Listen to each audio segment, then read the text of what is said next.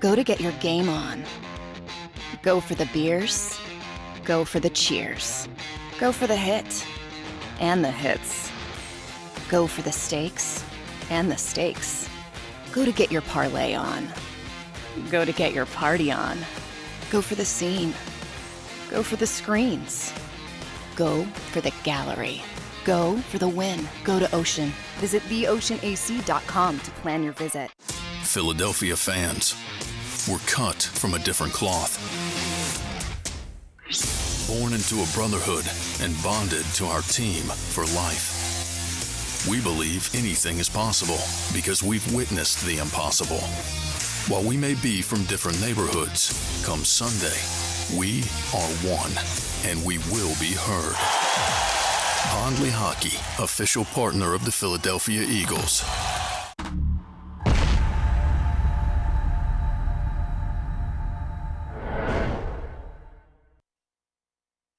From the incredible Ocean Casino Resort and the Gallery Bar, Book, and Games, this is the JAKIB Media Eagles pregame show with Seth Joyner, Derek Gunn, and myself, Marc Farzetta. We'll be giving you all the coverage you need leading up to Eagles-Texans in a Thursday night football edition. Eagles, as we all know, hottest team in the NFL. It goes without saying when it comes to a 7-0 record in the NFL, the last remaining NFL team that is undefeated. They got another opponent in front of them on short rest this time after going up against the Pittsburgh Steelers and winning that game handily 35-13. Eagles have a 1-5-1 team in front of them in Houston, not named the Astros, but this team, of course, the Houston Texans. Gunner, I'm looking at this matchup, and it just can't be that easy, can it? Looking at a team that can't defend the run against a team that runs the ball very well. And looking at this, I want to get this stat in right out of the gate. 137 yards on average is what the Houston Texans allow to top running backs from their opponent. 137 yards and a touchdown per game. So, Gunner, could it be that easy? Just give what do you the ball. think they're going to do? Well, let's see. Give the ball to Shady. Let's see. Or Shady. Tennessee ran for 312 on them last week. This team, I hope this is a historic game in terms of the shortest game in the history of the NFL. I wish they would run the ball 75 times in this game and just keep the clock going because Houston cannot score with this team. Now, I must start by saying anything that I say about the Houston Texans tonight is all said in jest. I must start with that disclaimer. But to answer your question, yes, it could be just that easy. Houston is the worst team in the National Football League. They are devoid of talent. They can't run the football. Their two top receivers are not playing in the game tonight. One is disgruntled. They can't stop the run. The good thing about Houston, if you're a Houston fan, is they're only giving up 22 points a game, but the Eagles may have 22 points in the first quarter, Seth.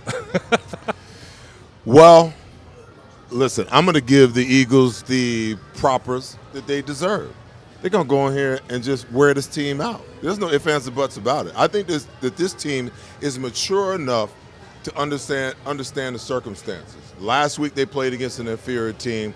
They took care of business. They'll do the same this week, realizing that they've got a little mini-bye working where they get some time off before they come back against a divisional foe on Monday Night Football. Now, the whole thing of the short rest. I like what Nick Sirianni had to say after they handled their business against the Pittsburgh Steelers, which is if you believe this is an advantage, then it is, in fact, an advantage. Can it even be close to an advantage, though, when you're the team on the road Thursday night traveling, even though it's a bad opponent, we all know that, can it still be an advantage for the Eagles, even though they're the road team on a Thursday night? Well, listen, it's an advantage because they're just simply the better football team. The Texans, they know deep down inside that they don't stand a chance against the NFL's last undefeated team and arguably, the best football team in the National Football League. So they're going to come out and give their best. But at the other end of the spectrum, they know that once they get behind, that same old feeling that losing teams get when they get behind, that, oh, my God, here we go again feeling, that at that point it's a wrap. All right, now, Gunner, I've never heard a coach admit to this, and listening to the coaches leading into this game, one of the coaches, Nick Sirianni, the head coach, most important, talked about how they had started preparing for the Houston Texans 2 weeks ago. So while they were on their bye week, instead of just looking at the Pittsburgh Steelers and concentrating on the Pittsburgh Steelers, you would figure if it's going to be a short week, they're going to go ahead and just do some prep for the team that's after a team that's not that good in the Steelers. I've never heard a coach actually admit to that. Have you ever heard that before? No, but when you look at the last two opponents they have played in Pittsburgh and Houston, basically you're talking about two of the same entities, losing franchises right now. I think you could have basically set up one game plan and run the same game plan against both teams because both teams are that bad right now. I'm not kidding. You look at how bad Pittsburgh was. I mean, they made a game of it for a while because the Eagles let them get back in the game. How did they do that? Well, they didn't blitz the quarterback. They let him get comfortable in the pocket, number one. Number two, same ugly problem reared its head. They allowed him to start running the football and picking up yardage. I don't even think Houston can run the football. They have a pretty good young running back, but their offensive line is a mess. The quarterback should be a backup. Your star player, Brandon Cooks, is pouting. He's not playing tonight. Mm-hmm. I mean, what do you have other than looking forward to going home after this game if you're a Texans fan? It is a nice stadium. Have you ever been to the stadium? It's a nice stadium they have in Houston. Yeah. It's a shame we're getting Seth to smile about this already. That's what we're resorting to. In all seriousness, Gunner mentioned the play so far this year of Davis Mills, the starting quarterback, believe it or not, for the Houston Texans. And I didn't even know you were allowed to be an NFL quarterback, a starting NFL quarterback, if you had a sub-90 passer rating anymore. Because I'm never saying that it's easy to play quarterback in the NFL. Not saying that at all. And Seth, I think you would agree with this. But it's never been easier to play quarterback in the NFL than it is today. When you look at this quarterback right now, he is throwing with his 81.9 passer rating in this game, going into this game. He's throwing into the best secondary in the NFL, two of the highest-rated cornerbacks in the NFL, and James Bradbury and Darius Slay. And they also have now C.D. Deuce, who is seemingly attacking quarterbacks at will almost. Not as much as we'd like in Jonathan Gannon's defense, but still, they are being a little bit more aggressive than we've seen over the last couple of weeks. What do you do? How do you game plan when you see a guy that is struggling pretty much in every facet of the game? Well, my first take would be, if the guy is struggling and you can't, the only thing you can do is run the football and you put him in obvious passing situations, then I want to apply pressure. Okay, but we can talk about that till the cows come home. We know that's just not going to be the case. We're going to look and see how well our four-man rush does tonight.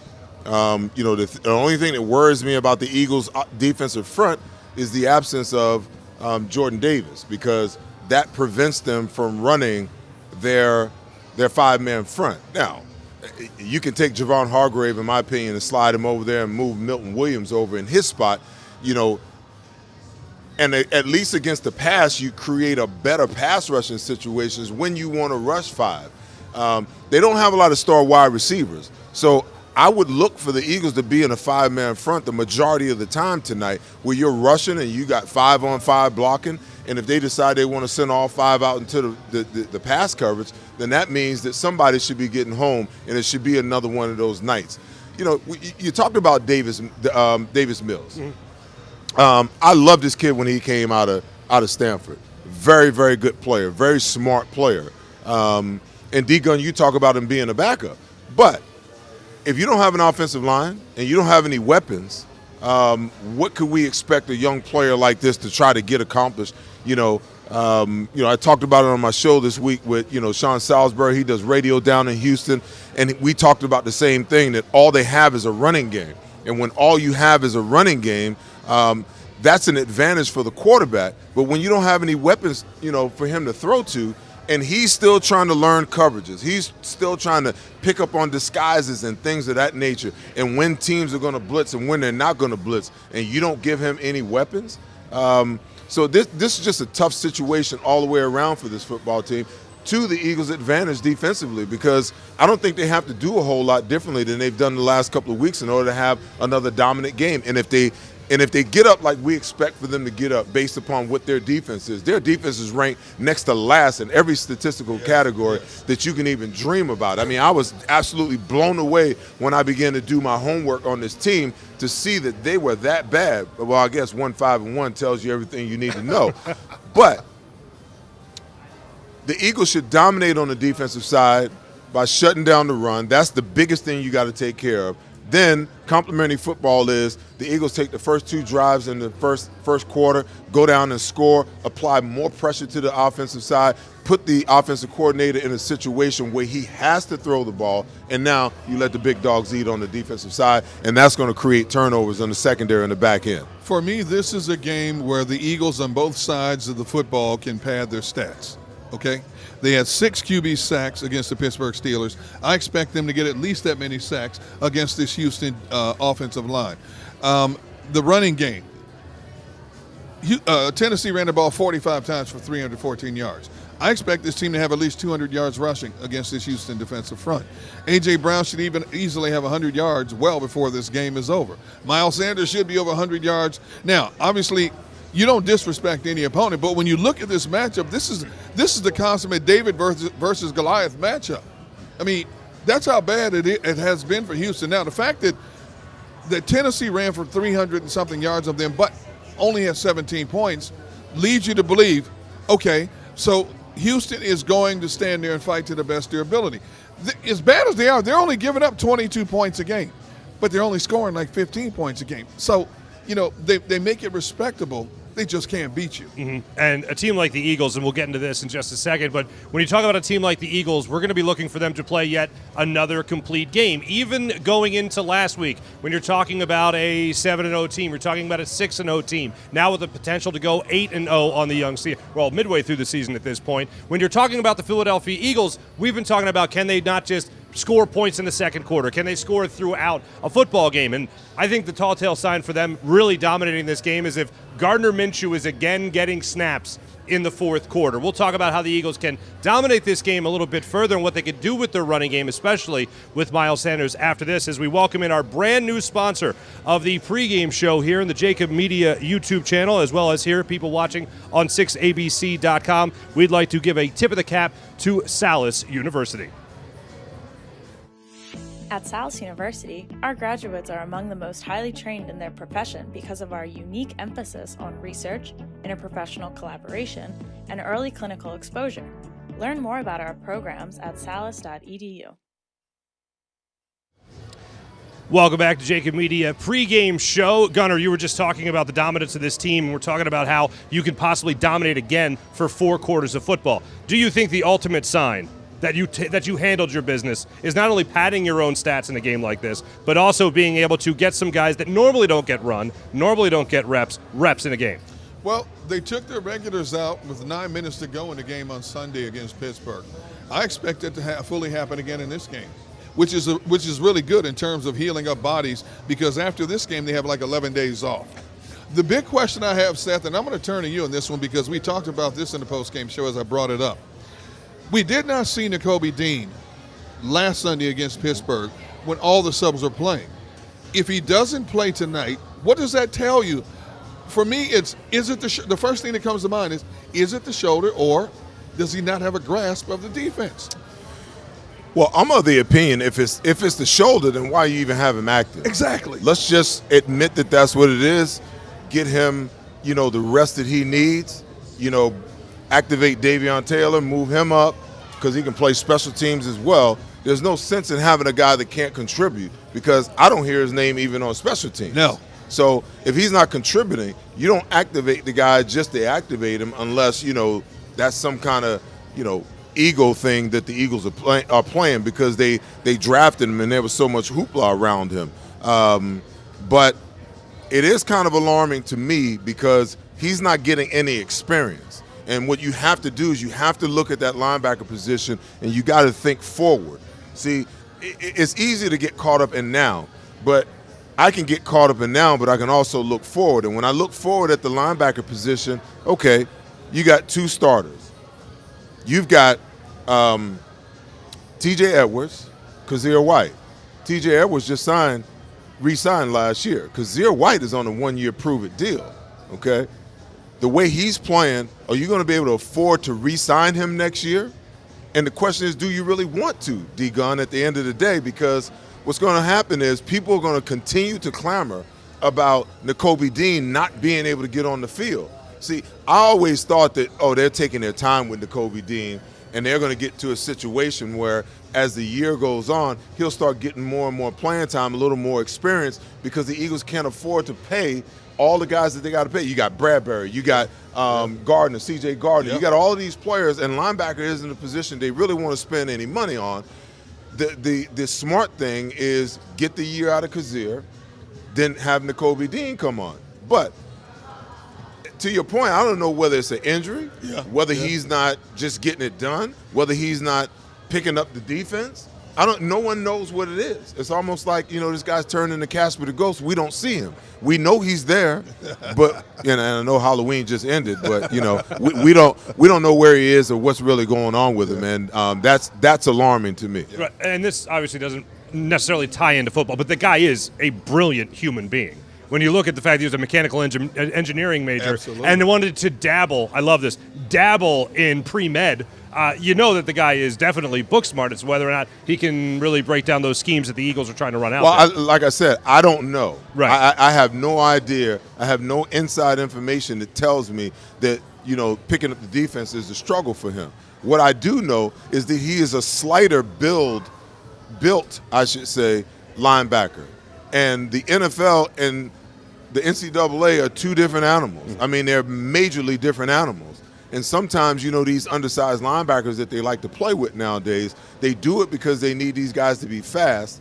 But at the same time, the offensive linemen aren't getting any smaller. I mean, they're averaging 315, 320, sometimes 330 across the board. And you got an undersized linebacker that's living at 215, 220, 225. If he doesn't know how to use his hands and he don't know how, and his footwork isn't where it is, he gets swallowed up and disappear, very, very quickly. So maybe that's what they're seeing in practice. Again, I don't know. I don't know if that's the case, that, he's just not getting it done, or he's having problems picking up, the defense. But you would expect for him to get a little more playing time than what we've seen. Oh, I 1,000% agree with that. The other interesting thing is this week it came up, the scheme of the Philadelphia Eagles, if it's different than last year or if you just have more talent in general. Nakobe Dean obviously not part of that question yet because you haven't really seen him on the football field at all throughout the course of the year, especially not last week. Gunnar, as you pointed out, he wasn't even on when they had the backups in the game at the end of the game against the Steelers. However, Jonathan Gannon's defense, this defense with T.J. Edwards being another year better, C.D. Deuce coming in to be in your secondary, having Jordan Davis up till last week, having these better linebackers here. You have seen the production in terms of the yards per game are still pretty much where they were at last year. The turnovers have jumped a lot higher than what they were last year. One of the best teams in the NFL this year, the best actually in turnover differential. Interceptions are up there with this secondary, and I can't believe it, but you're actually getting after the quarterback as well. You're one of the best teams in the NFL at sacking the opposing quarterback. So Seth, I'll ask you, because we talk about this all the time. Is it a matter of the scheme being better, or do you simply have better talent with Jonathan Gannon this year? I think he's got better talent because there's no doubt about it. His blitz rate, his blitz percentage has not gone up substantially. I think last year he hovered somewhere around 13 to 14%, and I would be just totally mystified if it was that much higher. I'd give him 15 to 16% this year. Last week's game, I only saw one blitz the entire game. Now, if I missed something, I missed something, but all I saw was one real pressure all game last game. It's just not who he is, and when you look at this defense, yes, it's miles better than what it used to be. I attribute it to a couple of different things. I think that the secondary is playing a lot more aggressive and a lot more tighter than they did last year. I mean, there were times last year where I looked at the cornerbacks and they were playing 7-8 yards off the ball. You're begging the quarterback to just raise up and throw the ball out there and take 5 or 6 yards on first down if you're going to play that way. I think that they're up more. I think they're playing a little more man coverage because they believe that their corners, can cover better. And you can see when they go to man coverage, the target is Bradbury because he's been labeled as, the cornerback that is more of a zone-type quarterback, and you saw them really go at him last week. They're running a lot of things where, they drop C.J. Gardner Johnson down in a robber position for some of those crossing routes because he's just a ball hawk, and the guy is really, really good at what he does. Now, you can get away with that kind of stuff when you have young quarterbacks that really that can't see everything that's transpiring in front of them.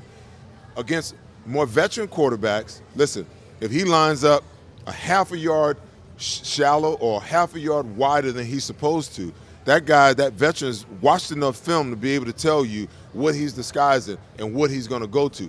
That's the difference. But this team is miles better than what they were last year, and yet They're still not as aggressive as I'd like to see them because I think they have enough on the defensive side of the ball to be dominant. All right, fair enough. And can you imagine a dominant defense the way this offense is playing? Yeah, especially if we get you as a defensive coordinator at some point. I mean, you never know. Maybe the defense is great and they end up actually hiring Jonathan Gannon. He already interviewed for the position a year ago, so you never know. You don't have to Y'all answer now. you just like stirring the pot, don't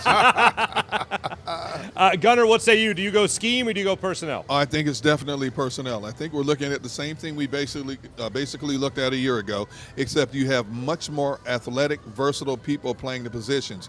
You made a significant upgrade in your linebacking core with Kazir White, Hassan Reddick. Look at what the umbrella that you've improved upon on the back end of your defense. You now have the perfect cornerback to complement Darius Slay.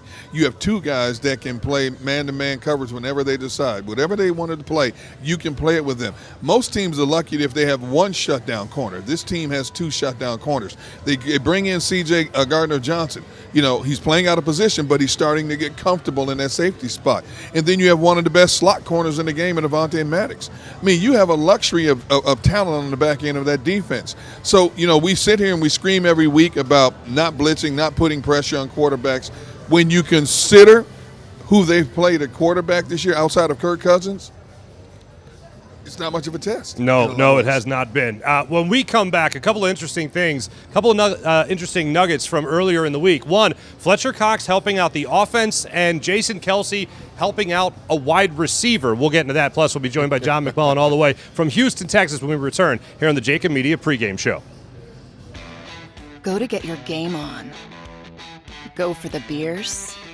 Go for the cheers. Go for the hit and the hits. Go for the stakes and the stakes. Go to get your parlay on. Go to get your party on. Go for the scene. Go for the screens. Go for the gallery. Go for the win. Go to Ocean. Visit theoceanac.com to plan your visit.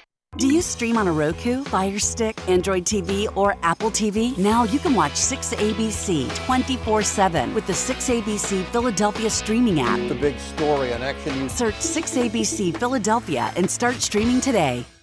Philadelphia fans, we're cut from a different cloth. Born into a brotherhood and bonded to our team for life.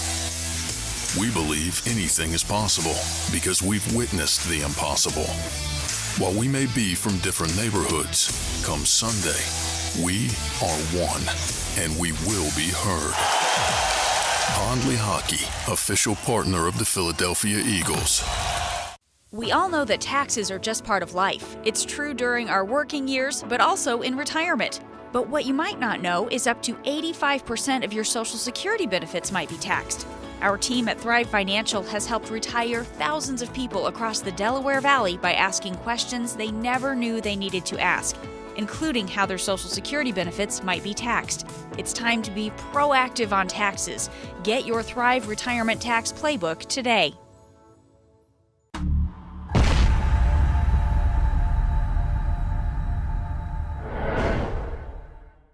Go for the beers.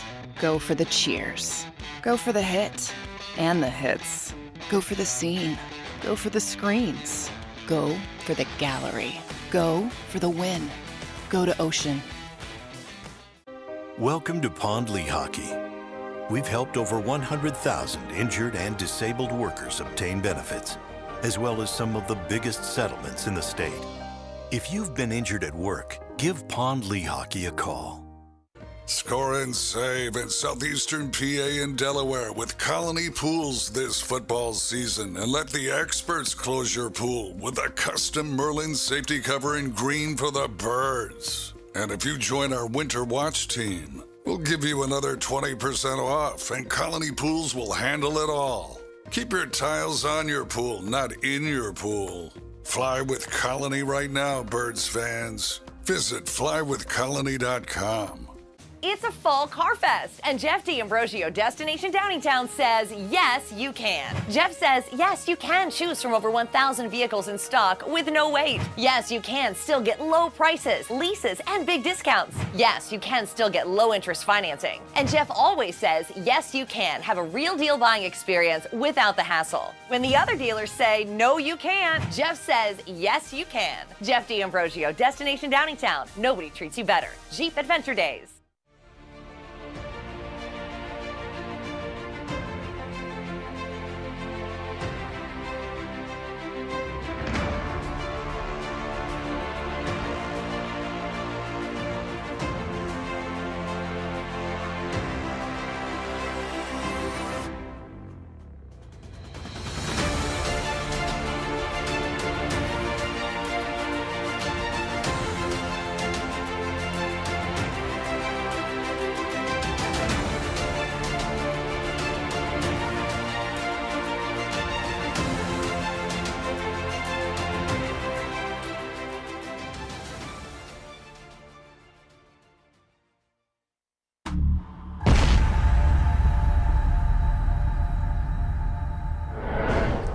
Welcome back to the JAKIB Media pregame show to everyone here at the JAKIB Media YouTube channel and 6abc.com. We're coming to you from Ocean Casino Resort, the Gallery, Bar, Book, and Games. Before we get to John McMullen, or JAKIB Media NFL Insider, I want to throw this question out because I hadn't heard this before.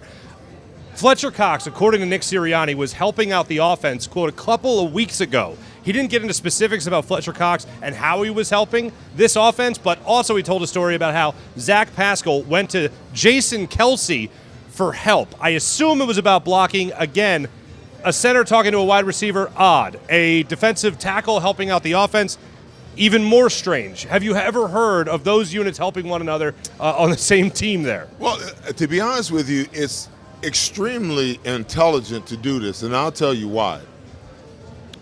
What does the defense spend the majority of its time doing? Learning how to stop offense. Learning how to stop offense. So, the thought is that defensive players don't know a darn thing about offense, okay? But if I spend every single day reviewing film and seeing every offense that you can run at me and understanding every blocking scheme that you can throw at me and understanding every route combination and every route concept that you can throw my way, don't you think I might know a little something about the offensive side of the ball and vice versa? I think it's a good idea. It doesn't hurt. Doesn't hurt in the least a little bit, because I'm pretty sure the conversation that Fletcher was having, with the offense is about blocking schemes and what things hurt the defense. What type of schemes hurt the defense the most in certain fronts that they're in. I'm completely miffed about the whole Zach Pascal. That's the biggest curveball to you? That's just That one I'm at a loss at. I mean, how to block, but Zach Pascal's not getting the leverage that Jason Kelce's getting. Well, but wait a minute, because now that you mention it, okay, it does make some sense, because primarily what does Zach Pascal do? Block. He blocks, okay? So if you can understand blocking schemes and you understand protections, okay, when he's lined up in that nasty position, 9 times out of 10, he's there to block. So if he's understanding protections the way the back would have to understand protections, that would make his job that much easier within the blocking scheme, especially if they're running his way and they shift and they move, on the fly, which screws up the entire blocking scheme. Listen, I've always said that if I could go back and play again, you want to know the number one thing that I would do? I would get close to the quarterback, and I get close to the offensive coordinator. You want to know why? Because I want to understand how their minds work. It's one thing for me to have a defensive mind and try to figure out how I'm going to attack an offense, but I want to know what they think. I want to know, when we give you this look, what do you think your best option is? What are you going to check to? Because all of these offenses, people try to act like Sean McVay is some kind of offensive guru, some kind of genius. The Arizona Cardinals went and got Cliff Kingsbury. Why? Because they're looking for the next Sean McVay. Now, it's not working out for him, but you got all of these Kyle Shanahan. Football's football, man. It's not that different. You want to know what's different in today's game, than in the game in my day? these spread offenses, these 3 and 4 wide receiver sets that you see, they were running them when I played. You just only saw them on third down. Now they put stress on defenses by running them on any and every down now, because now they're dictating to defenses what personnel you can put on the field. And when they begin to do that, now they can create the matchups that they want by altering and putting and forcing you to make personnel changes that match their personnel changes. But if I could go back, man, I want to get in that offensive coordinator's mind, and I want to get in that quarterback's mind, and I want to understand how he thinks. How are you going to attack cover 2? How are you going to attack cover 4? How are you going to attack man-to-man? Where are you looking? What are your keys when we give you this look and you read it pre-snap? Fair enough. Let's go to Houston right now and talk to our NFL insider for JAKIB Media, our friend John McMullen, as he joins us now from Houston. And, John, one of the first things we talked about on the show, it can't be this easy, right? I mean, you can't face the Steelers and take care of business against the Steelers and then face a 1-5-1 team like the Houston Texans, all be you on the road on short rest. It can't be this easy for another dominant victory tonight for the Eagles, can it? I think it's going to be pretty easy. Thanks for joining us, John. Good to see you, buddy. Yeah, good to see you guys. I try to, Houston is a bad football team. Yep. I'm looking around in the press box. Don't want to upset the locals, but they are a bad football team. And, when we talked to Jonathan Gannon earlier this week, and he's talking up Damian Pierce like he's Lou Holtz playing the Little Sisters. Or it's like, Alabama scheduling Louisiana Monroe, Clemson with Wofford. I'm joking a little bit. It's not like that. They have some good players. Pierce is good. Laramie Tunsil's good. Brandon Cooks is one of their good players, but he's not playing because he's upset he didn't get traded. It's a mess down here. They're 1-5-1.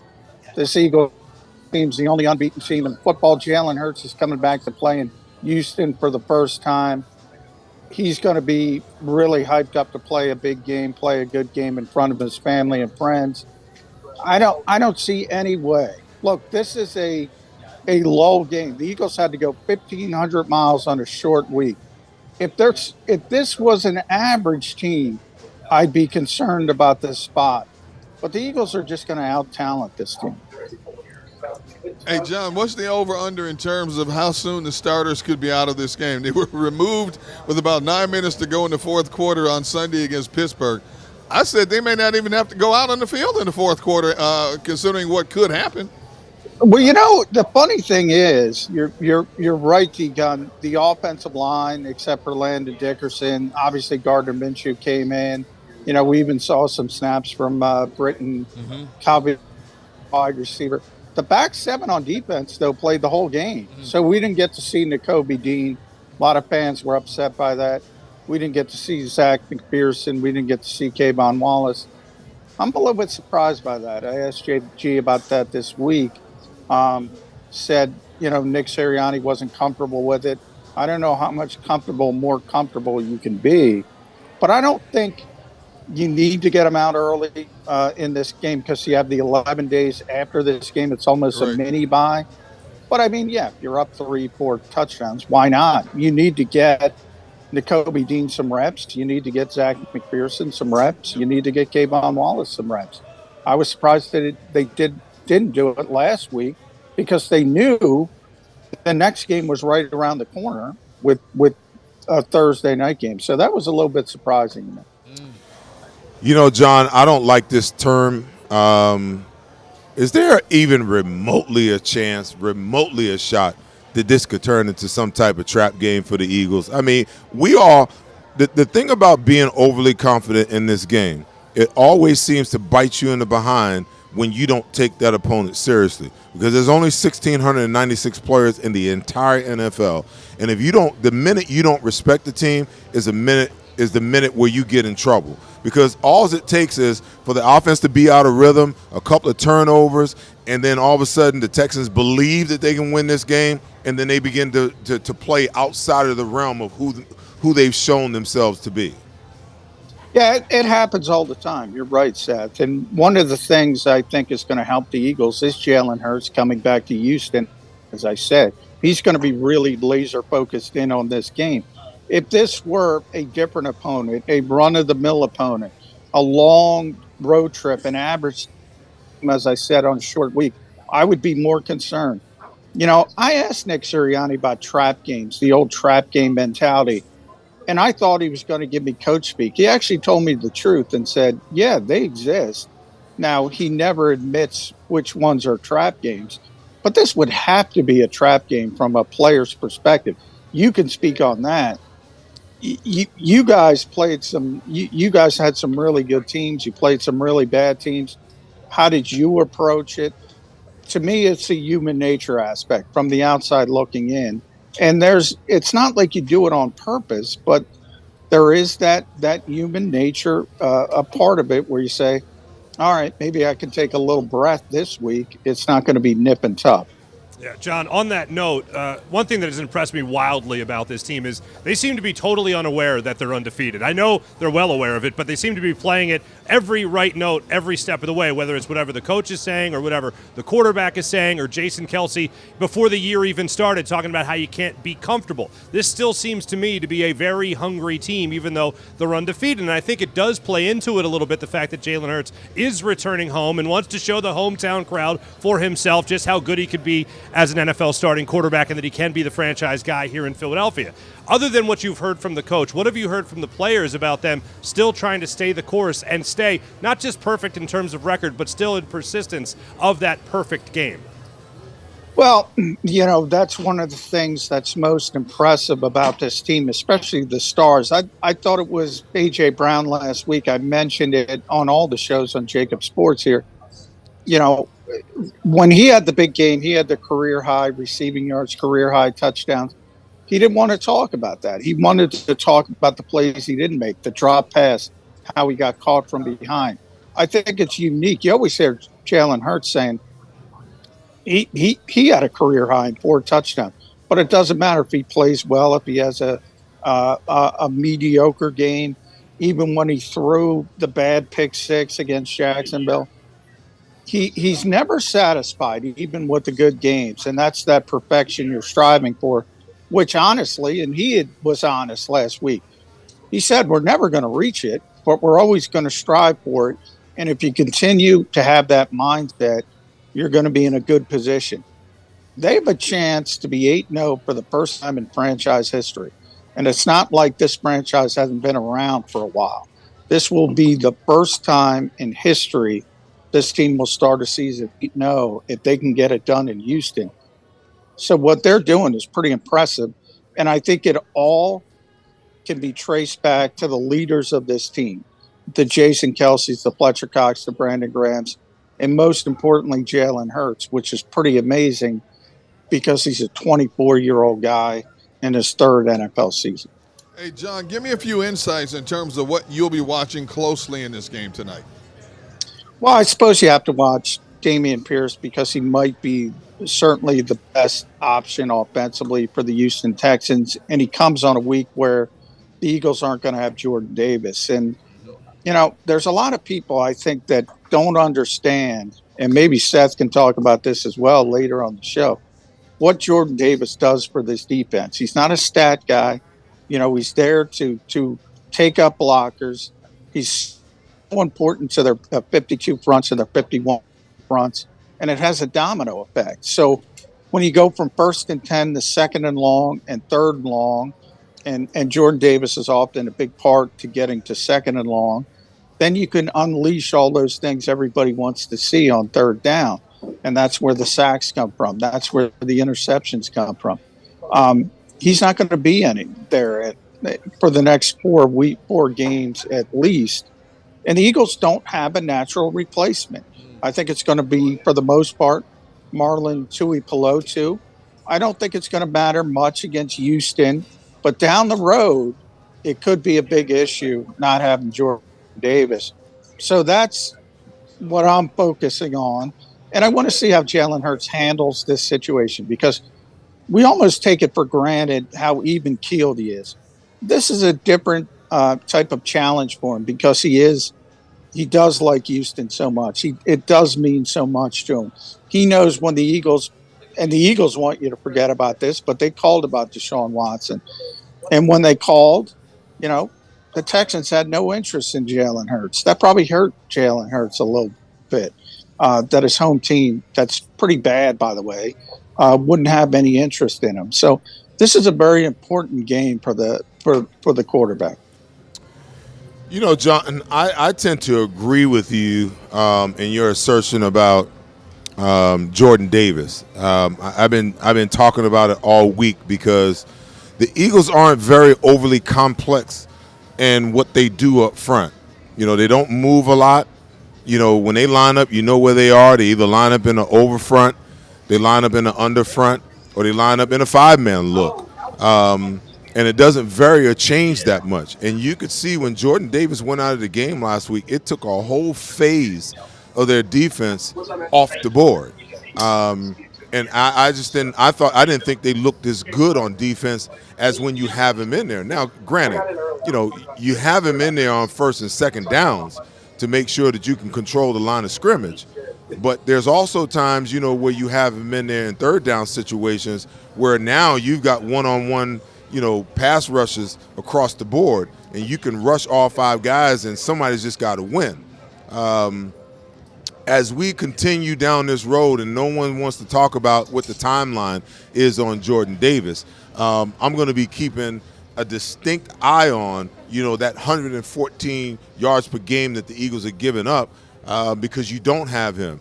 You talked about the kid from USC stepping in for him. I'm not so sure that he's that type of guy. When I reviewed him coming out of USC, he looked to me like a guy that could get on the edge, get up the field. I don't know how you feel about it. I would love to see Javon Hargrave line up over center in the nose position and bring in Milton Williams and Tui Pelotu and swap those guys, mixing those guys out, if you will. But they've got to find somebody to step into that role, in the immediate, because if they don't, it takes away a lot of what they do on the defensive side of the football in that five-man front. Yeah, and the answer might be just playing more four-man front, because Javon did it last year a little bit. He wasn't comfortable with it. And Javon had a heck of a season last year as a pass rusher, but really wasn't very good as a run defender, and he's not very comfortable playing zero or the shade technique.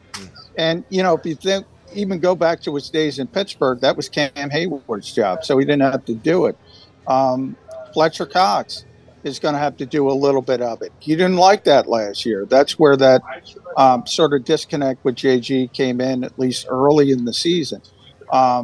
So both of those guys are going to have to do it, along with Marvin Wilson, who's going to get elevated from the practice squad for this game. Is another 305-pound guy.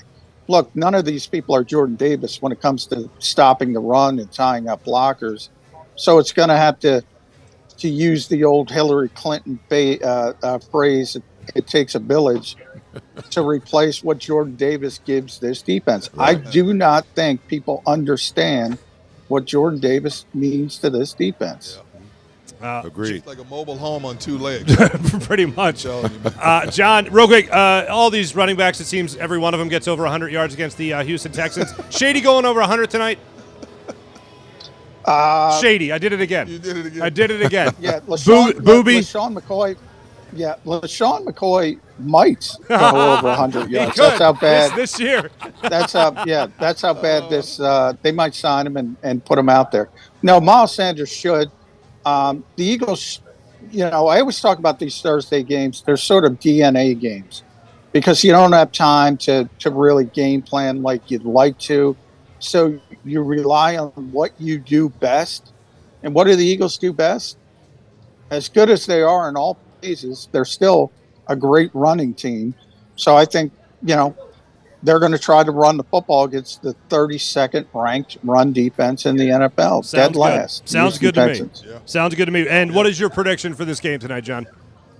I got the Eagles winning 31-16. So they'll win. They'll go to 8-0 for the first time in franchise history. And they'll cover the spread for all those people at Ocean who want to put a little money down. The man knows what he's doing. He's a seasoned veteran. John McMullen. I'm betting with Mark's money, by the way. John McMullen, thanks so much. Our JAKIB Media NFL Insider, brought to you by Thrive. Thank you so much, John. Appreciate it. Thank you, guys. Absolutely. Safe travels on the way back. Oh, it's going to be a fun one tonight, I think. Let me say this, okay? Because the Eagles coaching staff is notorious for this, okay? You look at these yards. The Texans are giving up 228 yards per game passing the ball. They're giving up 186 yards rushing the football, okay? So if you're the Texans, what are you gearing up for? Them running the ball. You're gearing up for them running the ball. Right. So if you're the Eagles offensive staff, how would you combat that? Throw the ball. You come out and throw it 10 times in a row, right? I think that you think. Double bombs. I wonder if there's a prop bet for the Eagles throwing the ball a minimum of 8 times the first series. Right, because I might walk right over to the window and put it on as soon as we're off the air. Right, that's where they get to the position of outthinking themselves, thinking a little too much. No, just run the football down. A bad team that can't run the football. Let me ask you guys this: a rookie quarterback, Malik Willis, only threw the ball 10 times for Tennessee. Do you think it's possible Jalen Hurts only throws the ball 10, 12 times? Not even close. Not even close. If he does, it'll be in the first 2 possessions. Listen, they did not move up to 10 to pick Devontae Smith last year, right, and then go and trade away a first-round draft pick to get A.J. Brown, right, and then turn around and give him $25 million a year, and then turn around and sign Dallas Goedert, to what they signed him to, for Jalen Hurts to turn around and give the ball to Boobie Mills. It ain't happening. It ain't happening. By the way, John McMullen referenced that game last week by A.J. Brown. I love his attitude. Should have had 4. Should have had 4 touchdowns. You got to love it. More on the Birds when we come back on the JAKIB Media pregame show. Hi, everybody. My name's Jason Lombardi. I'm an inspector at DryTech. At DryTech, we offer 3 major services. The first one being basement waterproofing.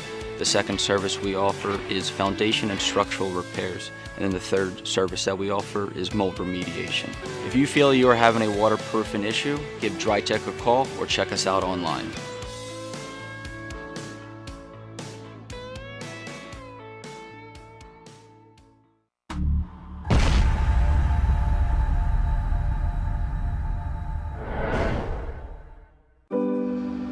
My husband hadn't missed work in 15 years.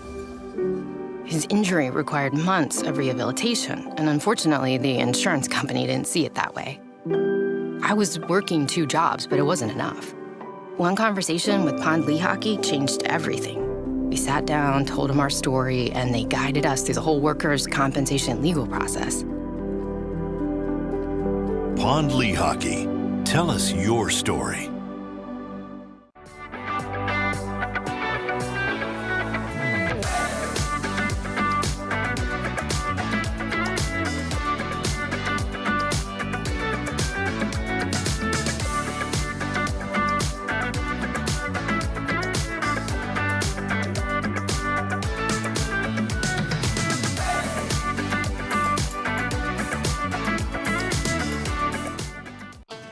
The faces you know, the team you trust. The Delaware Valley's leading news program, Action News.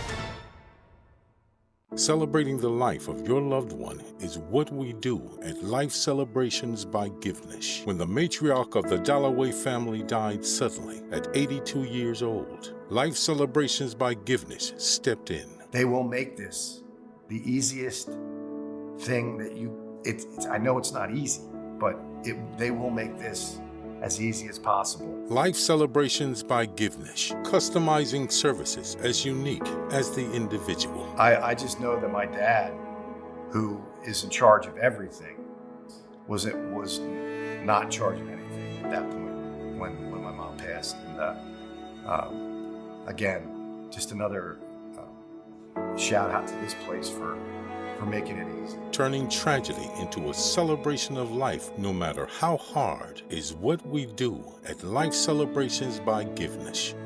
Life Celebrations by Givenish, customizing services as unique as the individual. Go for the beers, go for the cheers, go for the hit and the hits, go for the scene, go for the screens, go for the gallery, go for the win, go to Ocean. Go passionately. Go fearlessly. Go confidently. Go Birds! Go confidently towards your goals with First Trust, Philly's hometown bank for nearly 90 years, and the official bank of the Philadelphia Eagles. We're focused on getting you over the goal line. So go with conviction, go with trust, and go forward with us by your side. First Trust Bank, the official bank of Philadelphia Dreams. Oh, and go Birds.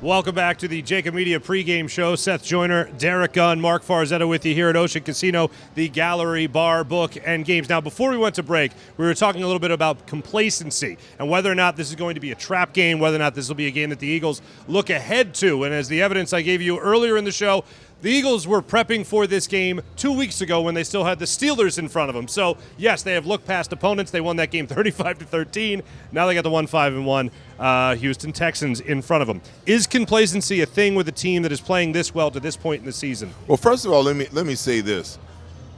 The fact that the Eagles were planning ahead is not that they were looking ahead. There's just so much film and so much work that you have to do to prepare. You almost have to be a week to 2 weeks ahead.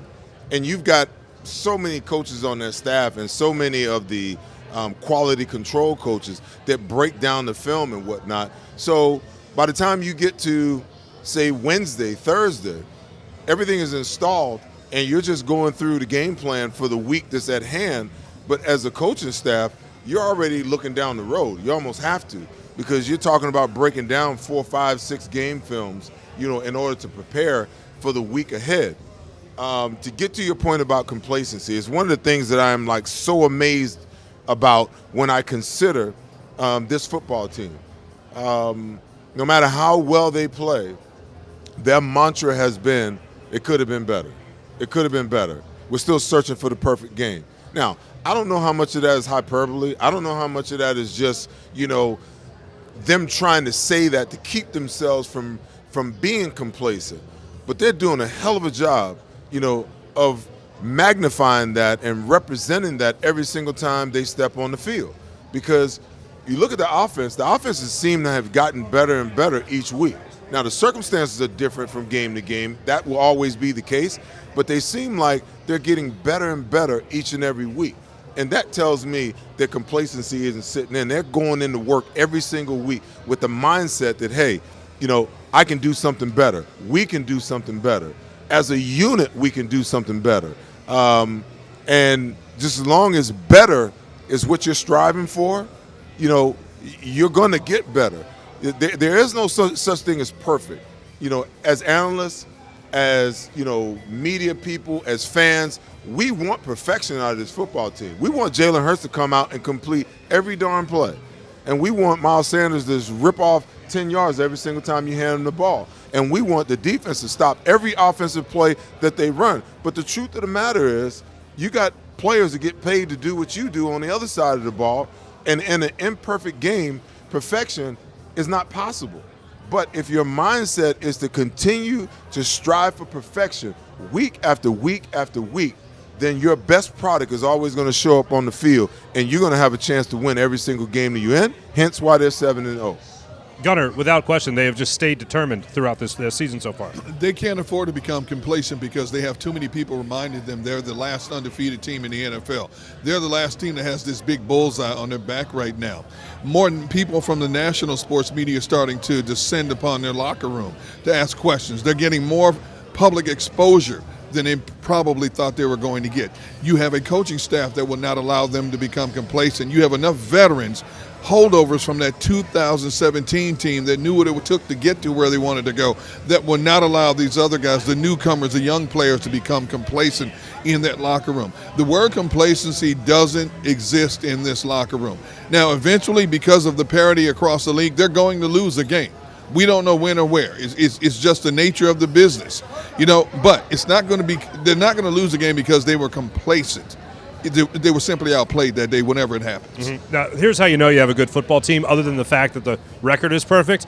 Everyone, instead of talking about how well the Eagles have been playing, are now waiting for them to lose. Yeah, that's what it's come down to. It's not about, hey, are they going to beat the Texans? Right. Next week, are they going to beat 2 weeks? Are they going to beat the Washington Commanders again? What are they going to do? No, it's about when are they going to lose? Is it going to be the game coming up against the Titans? Is it going to be a game against the Cowboys? They're now waiting for the shoe to drop on what has been an undefeated season to this point. And with the way this team is playing, I mean, you can look, and I know it's not a great memory for Eagles fans, but I have not seen a team this determined to stay undefeated, stay as close to perfect as possible, since you're talking about the New England Patriots team that was looking to prove that their Super Bowl runs in the first go of it was Spygate. Spygate really didn't mean anything. We are that good. We're going to keep pouring it on. This Eagles team is as determined as that team for totally different reasons, but certainly as determined. Mark, I will say this. I don't think that everybody's waiting to see, or trying to evaluate when they'll lose. Okay. I think it's more of a situation where this team has been so dominant through the first 7 games of the season that we're all trying to figure out, okay, where could they be challenged? They've only been down in 1 game this year, and we wanted to see how they would respond to adversity. Okay. Other than that, they haven't really faced a whole lot of adversity. So I think what we really want to see is them go through a little bit of adversity and see how they respond to it. And we're looking at the schedule, trying to decipher what team can present that adversity to them so that we can see how they will respond as a football team. Yeah, against the Jaguars. Oh, good, they're down. Let's see how they do now. Let's just make sure we cross that off the list there. Gunnar, it's certainly something that we've been watching all season long. And really, look, you can talk about coaching, you can talk about upgrading the personnel, but one of the things that has really impressed me this year, and I don't know if you agree on this, I think Jalen Hurts, in all of Philadelphia sports history, is having maybe the greatest leap forward in a second year, here's the caveat, as a starter we have seen. We could talk about guys like Mike Schmidt in baseball, Donovan McNabb, his second year in the league, but not as the starter. First year as the starter, was second in the MVP voting. But you look at a guy like Jalen Hurts, went in the offseason, worked on specific things, and we have seen him improve upon those specific things as the season has started. Do you agree that it is one of the greatest leaps forward from year 1 as a starter to year 2? I think it's a great conversation piece, and I think you're accurate. I'm not going to say it's the most definitive in the time that I've been here 25 plus years, but I do think it is a great conversation piece and a great topic. We had so many question marks about this young man coming into the season. How would he handle the situation? All we ever heard was, you don't misjudge his maturity level for his age of 24. And many of us did. And he went out, he took care of business himself. He did the work in the film room. He put in the extra time in the practice field. He made mistakes along the way. He corrected those mistakes. He asked a lot of questions as well. They kept bringing in pieces around him to make him a little bit better. They brought in one of his best friends, an A.J. Brown, to help him make him that much better. And all he has done is gone out each and every week and answered a lot of the questions that we've had about him. He has checked off every box up to this point. There's nothing else that you could expect of him. Now, he will continue to get better because the competition will get better as well. That will make him a better quarterback and hopefully make this team a much better team in the process. I will ask you guys this question, okay? Because there was so much divide about whether he could be the guy or whether he couldn't be the guy going into the season. Are you guys surprised? Are you surprised by, what you're witnessing? In all honesty, I'm not surprised. I'll say this. I'm surprised in that it is this far of a leap forward. But something I never do is bet against a talented person with a great work ethic. And that's exactly what Jalen Hurts is. He's got a phenomenal work ethic. From everything that was being mentioned about Deshaun Watson, whether or not the Eagles were going to be in on that, whether or not they're going to be in on Russell Wilson. Heck, at the Combine, the report had come out about the Eagles being after Russell Wilson. And they said, no, apparently they didn't want to come to Philadelphia. And still, throughout the entire process, Jalen Hurts didn't care about it. The entire time he said, I'm above all that. Literally, I'm above all that. And all he did was go into the offseason, work his tail off, and come back a guy that's looking to prove further that he's the franchise quarterback. Not surprised that he has excelled. based on what I'd heard about this young man during the offseason, it did catch me a little bit off guard that he has had the leaps and bounds in terms of how much he has excelled from last year to this year. You always talk about a natural progression in any athlete when they're making a transition from the college ranks to the pros, sitting on the bench, and then moving into that role as a starter. Considering what he did last year compared to what he did, I'm slightly shocked in terms of the leaps and bounds in which he did it. I always like to ask that question because there was so much. I mean, fans and media was split right down the middle on how they felt about this kid. And people would ask me all the time, well, what do you think? Well, do you think he can do this? Do you think? And I always said, listen, the one thing I don't do is I don't ever doubt a person until they prove to me what they can't do. See, because I've seen too many people, and I've been one of those people myself, where nobody gave me a chance and no one gives that guy a chance, okay? Because you just cannot, there's no way of knowing. You can measure, a vertical leap, a 40, a bench press. You can even look at the film. But until they come up with a metric to measure what's in here, okay, there's no way that you can look at a guy and say, and I will never say what a guy can and what he cannot do until he proves to me on the field what he can and what he cannot do. And I've had people say, hey, you know what? College ain't the pro game.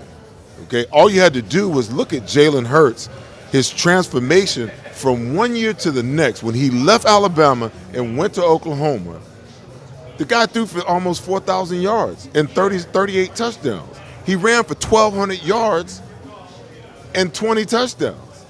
And if that's not a precursor to what the potential is, then you tell me. If he gets the right coaching, and he's willing to put in the work, yeah, he's going to make the advances. But no one wanted to look at that. You want to know why? Because he was picked 53rd overall instead of 3rd overall. Right. Absolutely. All right, let's get our predictions going here. Great points by both you gentlemen. When looking at this game tonight, who wants to go first? Prediction. I'll let D Gun. I'll go last. Gunner, all right, what do you got? I'll take this one. And I've jokingly said for the last few days, this Houston team should not be on the same field as the Philadelphia Eagles. Unfortunately, it is what it is.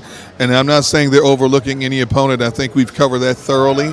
But I do think this is going to be a rout. I picked the Eagles to win this one handily, 35-14. 35-14, back-to-back weeks, 35-14. Although I am very confident that the Eagles are going to win, I'll also say that the Eagles are going to cover in this game. I will say the Eagles are going to win this game, and LaShawn McCoy will have 120 yards rushing in this game and a touchdown. Did you say LaShawn McCoy? Jeez, I did it again. You know what it was? I was watching highlights. Yeah. Comparing the two this week. That's why I only have LaShawn McCoy's head. Note to Mark, don't watch highlights anymore. Stop watching highlights. Yeah, stop watching highlights. It's okay. We know what you meant. Thank you. Miles Sanders, ladies and gentlemen, over 100 yards. Although, to John McMullen's point, Shady could still have 100 yards against this defense. But anyway, I think Miles Sanders tonight does go over 100 yards, gets a touchdown for it. I think the Eagles win this game by a score of 26-14. Seth, what you say? Do you guys realize that the Eagles are scoring 28 points a game on average now? Yeah. Pretty damn good. Yeah. 28 points per game. Yeah. I mean, that's in the realm of the Denver Broncos my last year. They averaged like 27 to 28 points a game. That's a lot of points when you really stop and think about it. And you think about how bad the Houston Texans are on the defensive side of the ball. I think the Eagles can score damn near 45 points tonight. That's if they really want to put the pedal to the metal and be a dog about it, like Kansas City would. Like Kansas City never calls the dogs off. No. If they played like that, I believe that they could score 40, 45 points. There's no way in the world that this team should come close to beating the Eagles. And I believe they'll go in and they'll take care of business, realizing that Nick's probably going to give them off to next Wednesday. That's a lot of times that's the motivating factor. Yeah. You go in, you handle your business, you get your days off to rest and do some things that you want to do. This team is just too dominant. They outclassed the team they played against last week, and this team, in my opinion, is worse than the team that they played against last week. I like the Eagles 38-14, and I'm on the fence about those 14 points, to be honest with you. Hey, the only thing I'm excited about when it comes to this Houston team, get to see the red helmets tonight. I love their red helmets. Red helmets tonight. Yeah. Phillies, by the way, in the powder blues tonight. Can I get a Phillies prediction for you guys? Oh, man. Noah Syndergaard on the mound tonight. It's a bullpen game for the Phillies. I will say this, though. The Phillies bullpen, when you talk about how suspect the bullpen can be, when you're talking about like a Hand and pitchers like that and Gibson, when they've stepped in, they've done a commendable job, especially over the last couple of days. Man, this is such a, I'm going to take the politically correct answer. I abstain. You abstain? I abstain. I can't do it. I just can't. Verlander for 3 innings is a dominant pitcher. Yo. If I'm Dusty Baker, he has a quick hook tonight with Verlander, and you go to that bullpen that put on a show last night, it's a completely different ball game. The Phillies say, hey, we don't care about getting shut out and no hit last night. That was last night. And they got no hit early in the season. Rob Thompson told him right after the game, hey, you got no hit early in the season. You came back and you won the next day. And that's his approach to tonight. I think it's going to be a good game. That's all I can tell you. I'll give you this right now. 5-4 Phillies win. They go in 3-2 to Houston. What do you got, Seth? If you follow, the numbers, no team has won 2 games back-to-back in this series. Nope. So that tells me that the Phillies win tonight, they lose Game 6, and then they win Game 7. If I was on the Phillies, I'd be pretty damn pissed off about how we played last night. Locked and loaded tonight, realizing this is the last time that the Philly fans are going to see this team in 2022 at Citizen Bank Field. And you don't want to leave them with that sour taste in their mouth, because guess what? The team that mostly wins Game 5 in Major League Baseball and World Series is the team that 95% of the time wins the championship. And I think they understand that, as well as, the Houston Astros understand that. Now, I understand your reservations about the bullpen, but that bullpen, because of the extra day, is extremely well rested. I didn't like seeing Alvarez put in that position last night and being in a position where you lose that arm, because he's been money throughout the entire, and now you don't have him tonight in all probability. You might get 1 inning out of him late at the most, but I just don't see the Phillies going down tonight. I see them coming out. I think you're going to see a little more small ball than you used to. I felt like in Game 4, they shot their wad with all them damn home runs, five home runs, So they had nothing. They had nothing left. They had nothing left last night. They couldn't even see the fastball, and the fastball is the ball that they hit. I'm telling you, that kid Javier last night was incredible. That bullpen was everything we thought the Houston bullpen would be. You've been covering sports for a long time. In baseball, is it really that much of a difference? That's 6 inches, man? No, and as I said, because they couldn't catch it, it's 6 inches higher, and they couldn't adjust the bat. The thing that fascinated me the most about the aerodynamics of pitching to hitting is, you look at this Phillies team, they tattoo a pitcher that's throwing 97, 98. Javier's maximum fastball from start to finish for 6 innings was 93, 94. He had 2 pitches, slider, fastball, but his location on that ball, Phillies couldn't touch him. It was like, can't touch this. Hey, and I'm going to tell you this. I'm going to tell you this, He was MC Hammer last night. I'm going to tell you this, Farzy. Yeah. I hope that Justin Verlander, D-Gun, pitches like 5 or 6 innings. I hope so. I don't think Dusty will let it happen tonight. Well, he's had a lot of rest with the extra day. Yeah. And if he's dealing through 2, I can see him going 4 or 5, maybe 6. And I'm not opposed to that, just as long as we're giving some run support to the bullpen tonight. I want him in the game as long as possible, because Karma says sooner or later he's going to give up the ghost. Wow. Yeah. I never thought putting the quarter in the baseball machine would lead to a 10-minute segment here, but this is amazing. I got to get home and set up 2 TVs to watch these games tonight, fellas. A pleasure as always, of course. Look at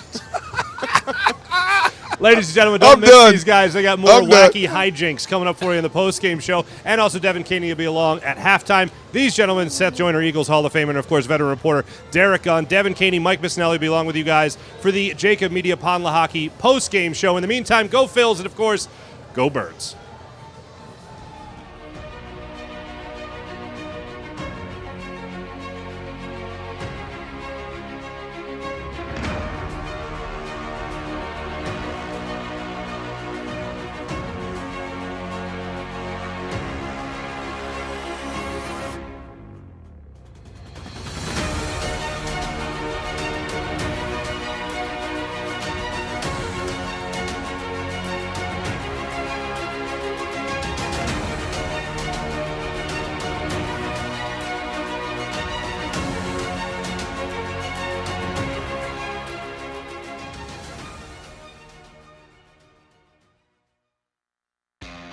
Go to get your game on.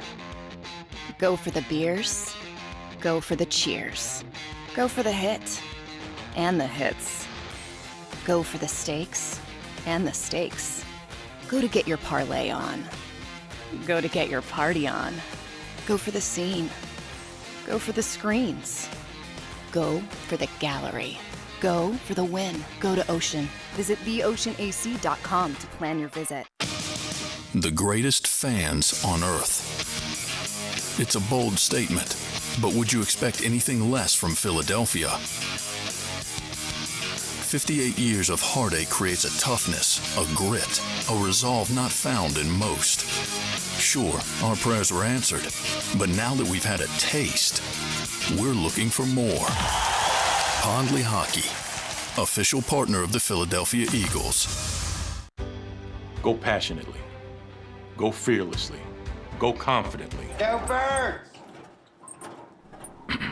Go confidently towards your goals with First Trust, Philly's hometown bank for nearly 90 years, and the official bank of the Philadelphia Eagles. We're focused on getting you over the goal line. So go with conviction, go with trust, Go Birds! and go forward with us by your side. First Trust Bank, the official bank of Philadelphia Dreams. Oh, and go Birds. Score and save this football season on your car insurance. Before the next game, save up to 40% on your auto insurance policy. That's right, 40% savings. Call an Audible this season and contact the Del Val Insurance Group. They're an advocate for you, not an insurance company. That means they'll get you the right coverage and save you up to 40%. Call managing partners Fran or Jim of Del Val Insurance, 215-354-0122, or score and save at dvigi.com. dvigi.com.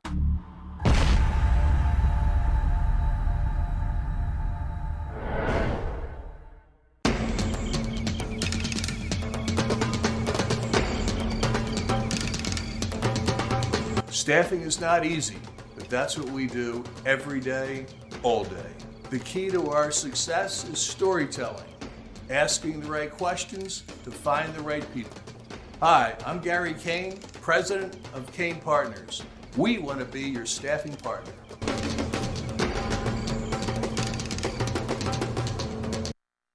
Welcome to Pondley Hockey. We've helped over 100,000 injured and disabled workers obtain benefits, as well as some of the biggest settlements in the state. If you've been injured at work, give Pondley Hockey a call. Go for the beers. Go for the cheers. Go for the hit and the hits. Go for the scene. Go for the screens. Go for the gallery. Go for the win. Go to Ocean. It's a fall car fest, and Jeff D'Ambrosio, Destination Downingtown, says, yes, you can. Jeff says, yes, you can choose from over 1,000 vehicles in stock with no wait. Yes, you can still get low prices, leases, and big discounts. Yes, you can still get low interest financing. And Jeff always says, yes, you can have a real deal buying experience without the hassle. When the other dealers say, no, you can't, Jeff says, yes, you can. Jeff D'Ambrosio, Destination Downingtown. Nobody treats you better. Jeep Adventure Days.